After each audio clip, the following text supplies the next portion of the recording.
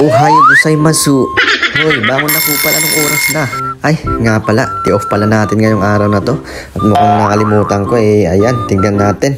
So ayan mga kasaka, bangon muna tayo dito. Time check, 11:18 na pala ng magtanghali na pala. Ayan mga kasaka, buksan muna natin tong mahiwagang bintana natin dito at tignan natin kung ano na yung lagay sa labas at kung may dulo pa ba.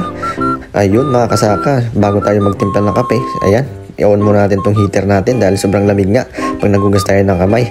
Hindi natin kakayanin yung lamig pag di natin i-on to. Ayan mga kasaka, hintayin muna natin uminit tong tubig na to. At syempre, magpapainit nga tayo ng tubig. Dito tayo sa blue. Para malamig nga, di papainit nga natin, di ba? Ayan, skupal naman talaga At ito nga mga kasaka, kailangan natin painit ng tubig dahil anong oras na. At ito na nga, pupunta muna tayo sa labas at tingnan natin kung ano yung lagay dito.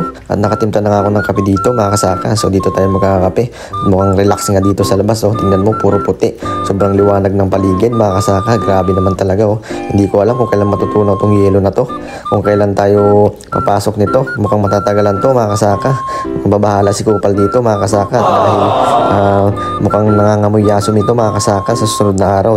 Ito yung mga nagiging problema natin mga farmers dito sa Japan. Lalo pag sa labas tayo nagtatrabaho. Yun lang, follow for more.